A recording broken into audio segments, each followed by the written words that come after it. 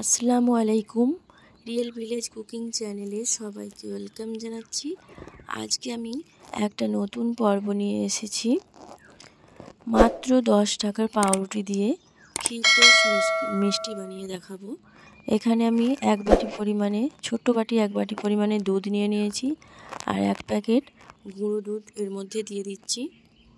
এবার দুধের সঙ্গে ভালো করে গুঁড়ো দুধটা মিশিয়ে নিতে হবে।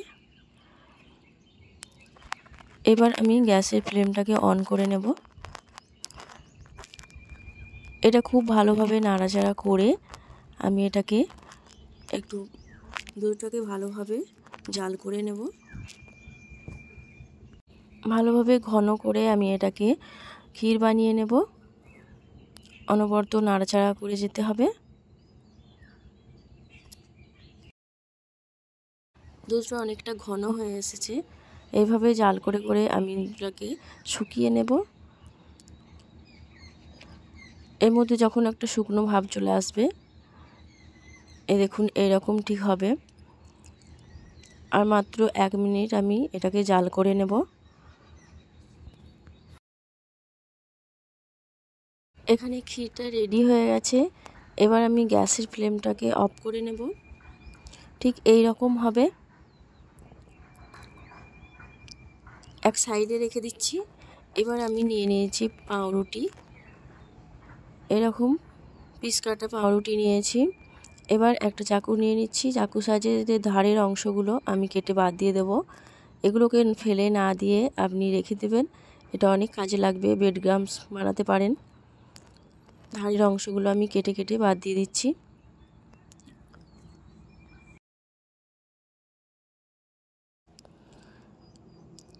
এভাবে করে আমি সব 4-5টাই কেটে বাদ দিয়ে দিলাম। এবার এটাকে আমি মাঝে মাঝে কেটে নেব। এইভাবে করে মাঝ বরাবর কেটে নিতে হবে।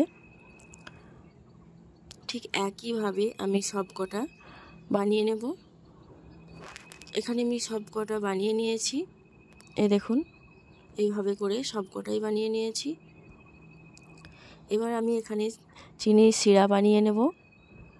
তার জন্য একটা কড়াইয়ের মধ্যে দিয়ে দিচ্ছি 1 কাপ পরিমাণে চিনি আর দিয়ে দিলাম এখানে 1.5 কাপ মতো জল। একটা এলাচ ফাটিয়ে দিয়ে দিচ্ছি। এবার চিনির সিরাটাকে চিনিটাকে গলিয়ে নেব। হালকা একটা চ্যাটচ্যাটে ভাব আসবে হালকা, তখন আমি এটাকে নামিয়ে নেব।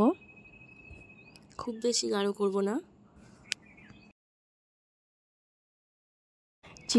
এই শিরার মধ্যে 1 চামচ পরিমাণ দুধ বা লেবুর রস দিলে এটা পরিষ্কার হয়ে যায়। চিনির মধ্যে অনেক নোংরা থাকে, সেটা পরিষ্কার হয়ে যায়।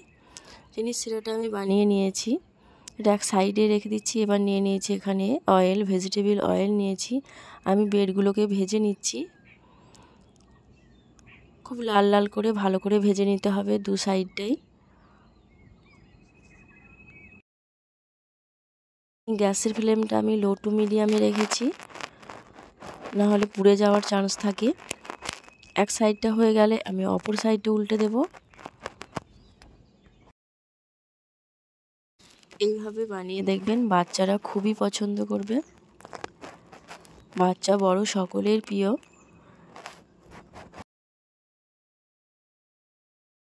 তো সাইডটাই উল্টে পাল্টে লাল লাল করে ভেজে নিতে হবে।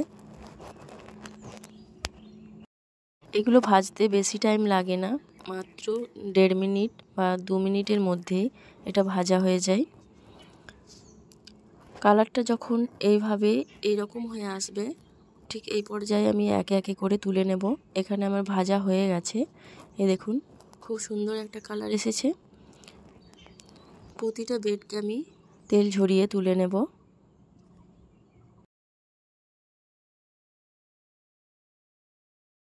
এবার আমি যে চিনির সিরাটা বানিয়ে রেখেছি, এটা কুসুম গরম আছে।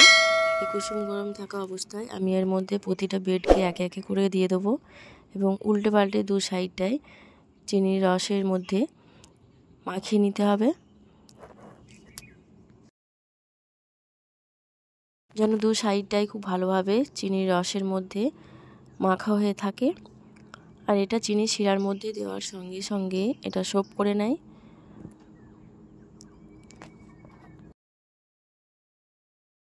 এবার আমি এগুলোকে তুলে নেব। একটা প্লেটের মধ্যে প্রতিটা নিয়ে নিচ্ছি। প্রতিটা টোস্ট রসে টইটুম্বুর হয়ে গেছে, দেখেই বুঝতে পারছেন। প্রতিটা আমি একটা প্লেটের মধ্যে নিয়ে নিচ্ছি।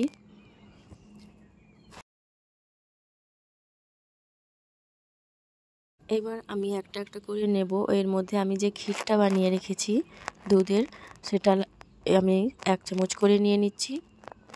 1 চামচ করে নিয়ে আমি এর ওপরে দিয়ে দিচ্ছি। এবার এর ওপরে আমি আর একটা টোস্ট নিয়ে নিচ্ছি, ওপরে এইভাবে দিয়ে দেব। আর 4-5টা আমি একটা চামচের সাহায্যে এইভাবে করে টেনে নেব।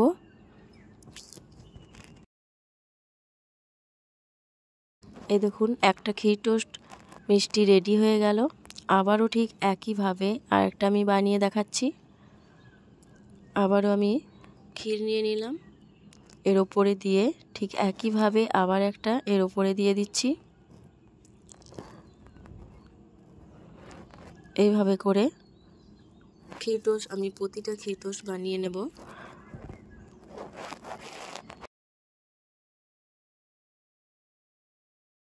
খুবই লোভনীয় একটা রেসিপি। তাহলে দেখলেন তো, মাত্র 10 টাকার স্লাইস ব্রেড দিয়ে এইভাবে আপনারা বাড়িতেই বানিয়ে নিতে পারেন ক্ষীর টোস্ট মিষ্টি। বানানো খুবই সহজ, সামান্য উপকরণ দিয়েই বানিয়ে নিতে পারবেন এই মিষ্টি। বাচ্চা বড় সকলের পছন্দের। এটা আপনারা একবার খেলে মন ভরবে না, বাচ্চাদের বারবার খেতে ইচ্ছা করবে। আপনারা এইভাবে বাড়িতে বানিয়ে দেখবেন, মনে হবে যেন দোকান থেকেই আনা।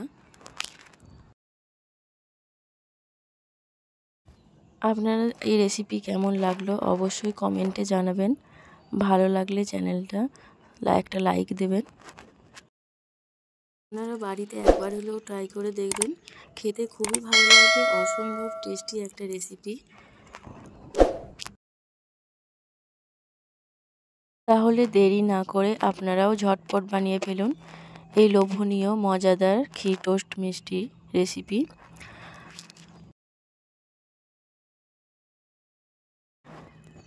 এই দেখুন, দেখেই বুঝতে পারছেন এর কতটা লোভনীয়। আপনারা এইভাবে বানিয়ে বাচ্চাদের টিফিনেও দিতে পারেন, বাচ্চারা খুবই খুশি হবে।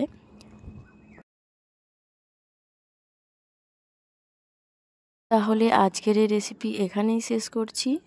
আল্লাহ হাফেজ।